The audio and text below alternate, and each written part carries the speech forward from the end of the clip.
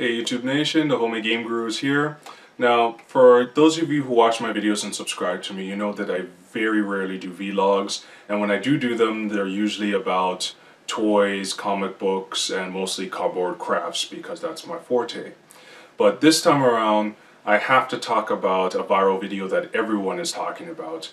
You know of it, walking in New York for 10 hours.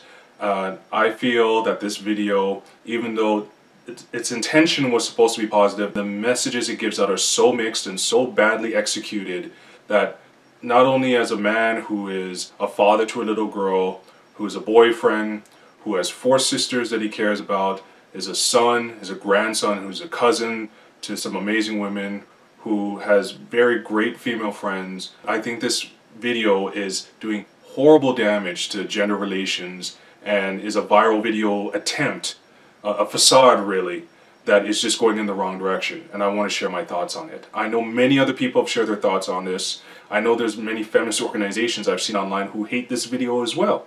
There's many women who don't like this video, but I'm also reading many comments from women who I believe are being blinded by the errors in this video because they've been waiting for something to come along that will put harassment in the forefront, but unfortunately this video is the wrong type of video to do that.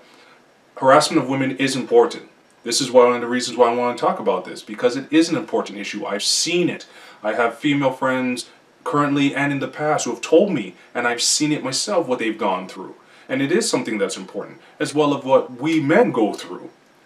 But again, this video is just doing things horribly, and it's making a ton of damage because it's an advertisement. That's what it is. It's an actress who is paid to do this, to purposely walk through specific areas and to get a certain response which will help this hollaback organization or whatever it is in order to raise funds. Go beyond hollaback, look at the ad agency that made this, and you see that there's a lot of inconsistencies in their past viral campaigns as well. And like I said, it's causing a lot of damage between gender relations and blurring the line of what is actual harassment, something that is serious and dangerous, and actual just conversation and general societal interaction. Now you will notice there is an image of a book cover up in the corner. I'll explain that in a few minutes, and it's all relevant to this. But first, again, getting back to the video, that it has been lampooned like crazy. And some great examples that are out there that you should watch to get a better perspective is one by the model pranksters, that they do it from a male perspective. Of course, it hasn't got the same amount of views. You know, there's a great part in it where a girl sends her friend to get the number from this good-looking, buffed male model, and at the very end of the video, a girl with her boyfriend does a full 180 watching him walk by, that we are both attracted to looks. When you see someone walking down the street, male or female, the first thing you see is what they look like. The first thing you see is their body makeup and their face. There's nothing wrong with being attracted to the physicality of someone, and then from there you get to know what type of person they are when you create communication. You don't know someone's good or bad just based on seeing them walk down the street. So many of the comments that I've seen they're going on about how well, if these women were ugly, if this woman was ugly, these guys wouldn't be talking to her. And that is completely irrelevant, because what is ugly to one person is beautiful to another. So I don't understand why we continue down this path of denying that we care about looks, as long as looks aren't everything. If you want to hook up with someone, yes, you're going to look at what they look like, because remember, you're going to get physical with this person. You're going to make love to this person, possibly have children with this person. So yes, the physical does matter. Let's just move on from, you know, bashing men and bashing women for liking the physical. We are human beings. We keep on forgetting that we are part of the animal kingdom. We are programmed in a specific way that is instinctive. And no one wants to be alone. Both men and women crave companionship. And the way society has been set up all this time is that men are predominantly the instigators.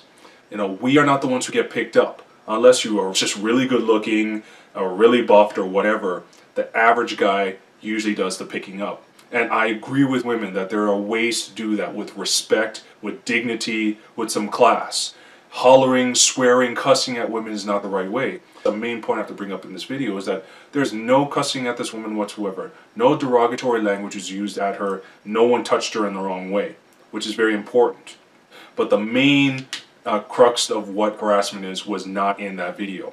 It's lumped what is supposed to be actual negative behavior, which really is just the two guys following the girl, trying to talk to her, and because in whatever the shtick is of this video, she's not supposed to say anything. I think with that first guy going on about, do you think I'm ugly, do you think I'm ugly, if she would have just told him, listen, I'm just not interested in giving you the number, he would have walked away. But again, I'm not condoning that, how he followed her. And that second dude who followed her for 5 minutes silently, me as a 6'4" tall guy, that would even freak me out. Like, why are you walking so close to me, following me? So those two examples, yes, I will say.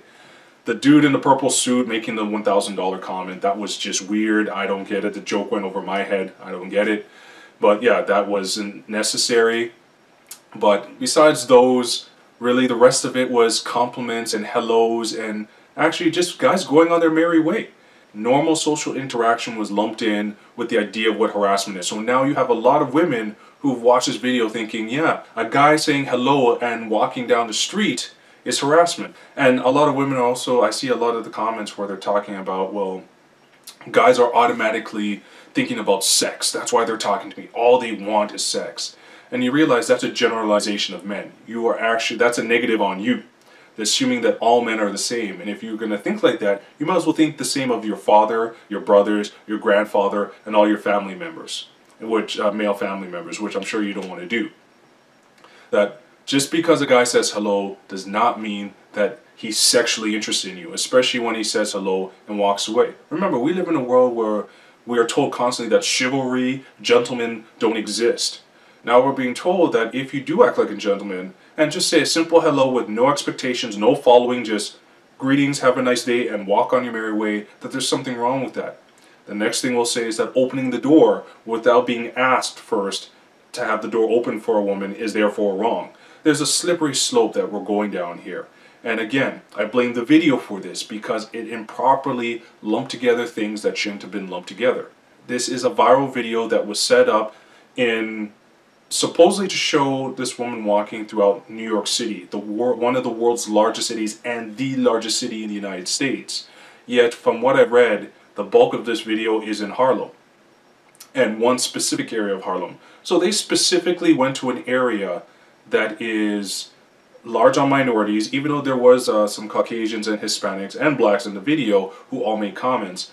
But they went to, I guess, what is considered a rough neighborhood of New York in order to get the response they're looking for. Because again, this was a planned advertisement. It was a planned viral campaign. They needed to get a response that worked with the message that they were trying to get out in order to raise funds. A couple of girls actually brought up good points that women themselves also are very rude to other women. And this video completely omitted any of that. Now, one part of this video that I think some women will get angry with me about that I'm going to make comment on is that there's one part in the video where a gentleman made a comment about American Eagle, and they even put on the screen, and that's interesting, they put on the screen that it was written on a rear end. Now, I'm one of those individuals who believes that anyone, man or woman, who has something, any type of phrase written on clothing is asking for people to look at that clothing. Especially when it's written on the rear end, an erogenous zone of the body. There's no need for a man to make a big scene about it and outwardly say what is written on your butt.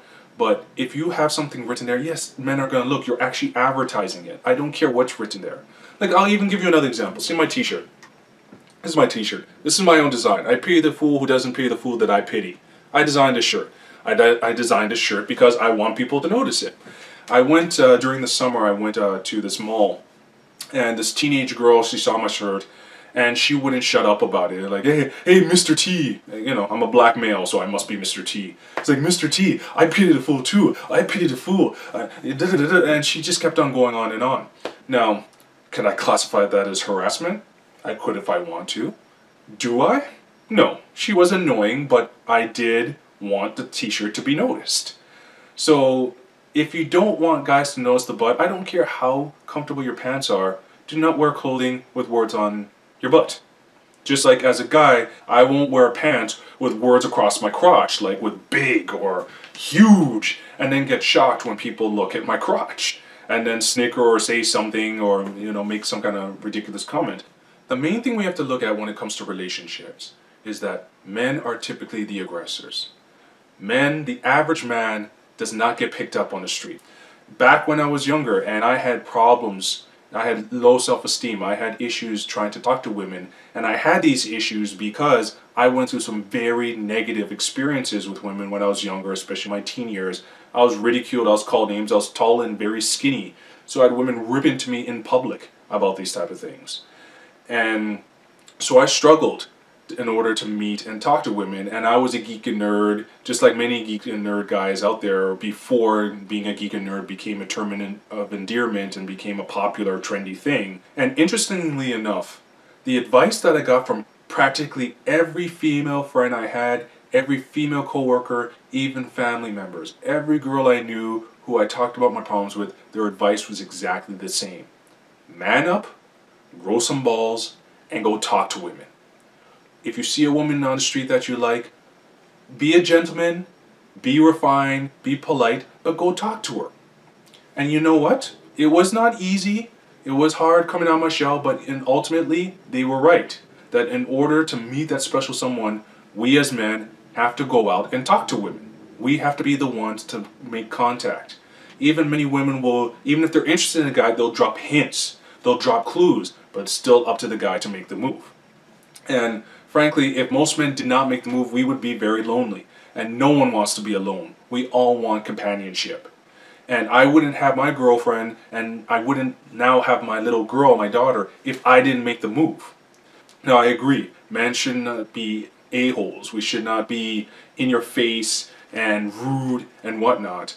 But the idea of us just saying hello or trying to talk to you, there's nothing wrong with that, because that is how society grows. This is how we create relationships, even friendships.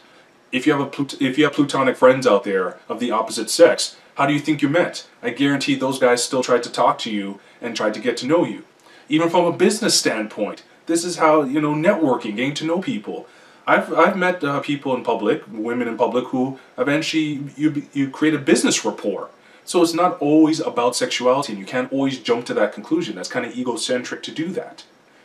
And also, to be quite honest, there are women out there who do respond to actual catcalls and very aggressive men. They exist. And many of you women know these women exist. So there's that reality too, that some guys will be overly aggressive because it's worked for them.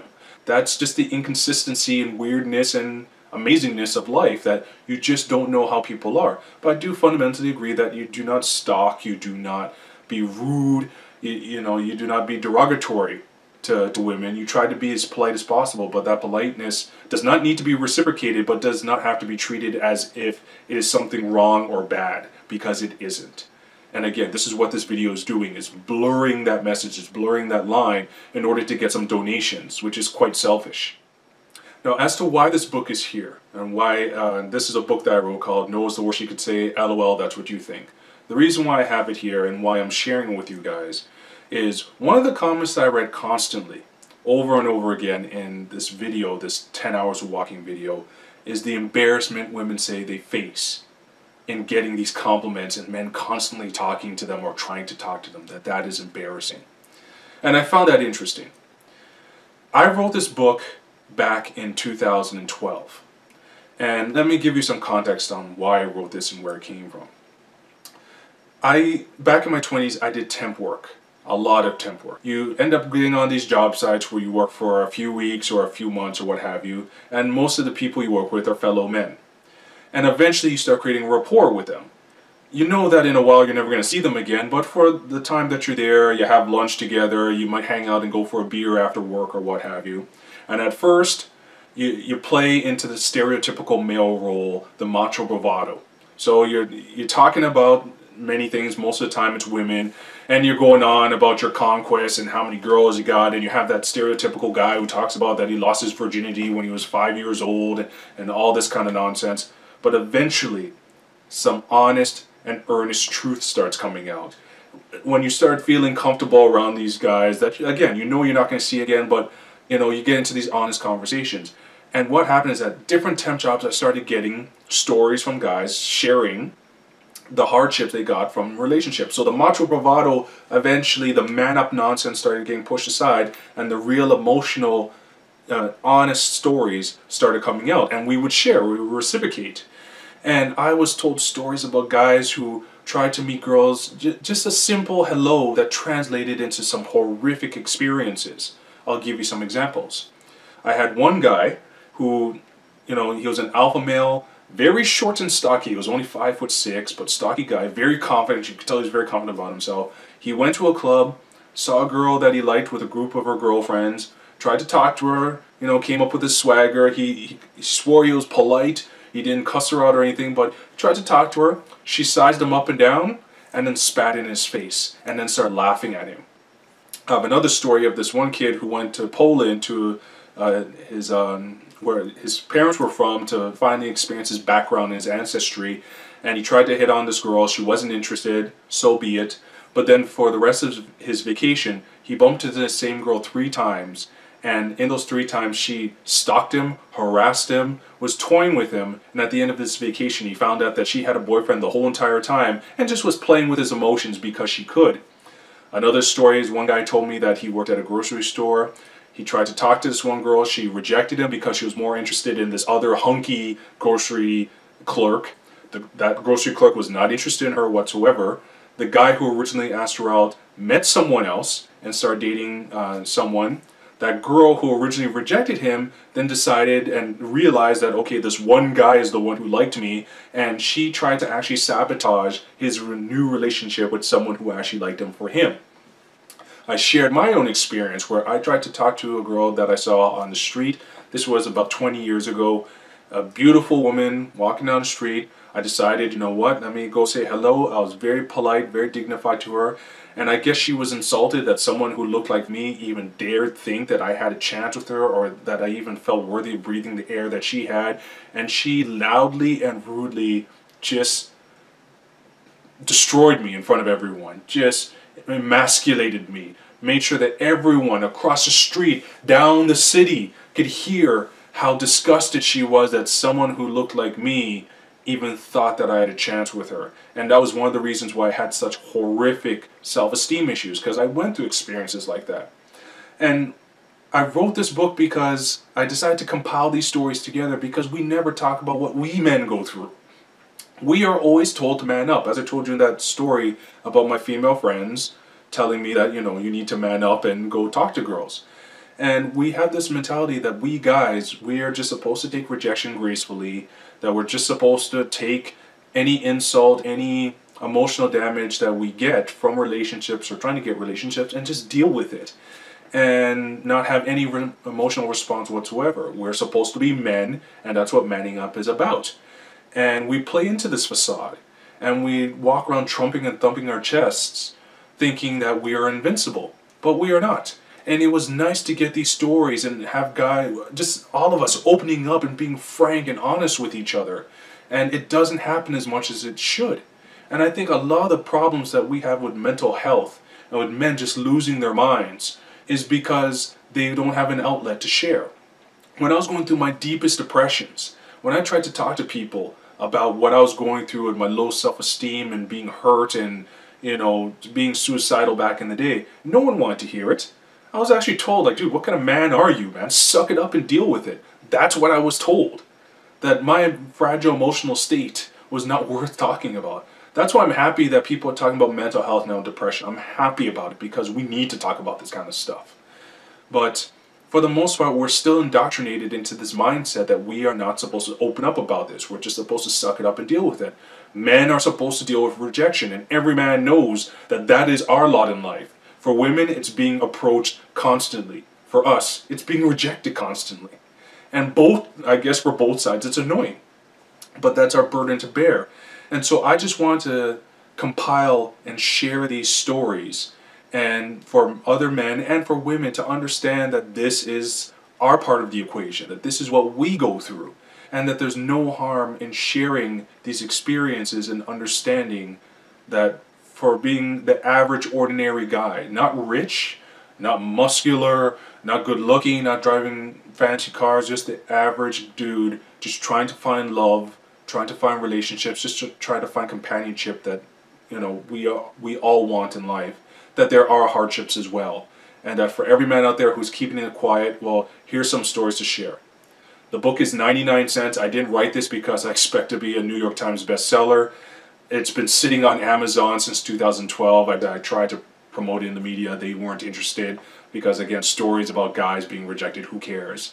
But after seeing the response to this Walking for 10 Hours video, to see the comments that have been made, you know what, I felt now is the right time to share this book for anyone who's interested and see what you think. And I also want women to read it, because I think a lot of women do not appreciate how much courage it takes a guy to go and talk to you. For you, it's like just another guy trying to talk to me.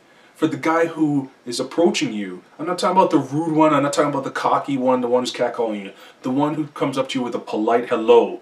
The one who comes up to you with a sincere compliment of your beauty. You don't know how much courage it took him to come up and talk to you. It takes a lot. You think it's embarrassing to have a guy come talk to you? Imagine the embarrassment the guy who is trying to talk to you is feeling, because he doesn't know how you're going to respond. And if you're going to belittle him or embarrass him or talk down to him, whatever, no is not the worst a man can get. Not by a long shot. That we're both in this world together, and the only way society is going to grow is if we can respect each other. Respect goes both ways. So, thank you for listening to my rant. That video is absolutely horrible, and I hope many of you agree with a lot of the things I've been saying. I've been trying to do it as eloquently as possible. And of course, share your thoughts. I would love to know what you think. And we'll just go forward from there. So I'm the Homemade Game Guru. Thank you so much for watching, and all the best to all of you. I hope you all find love and happiness out there.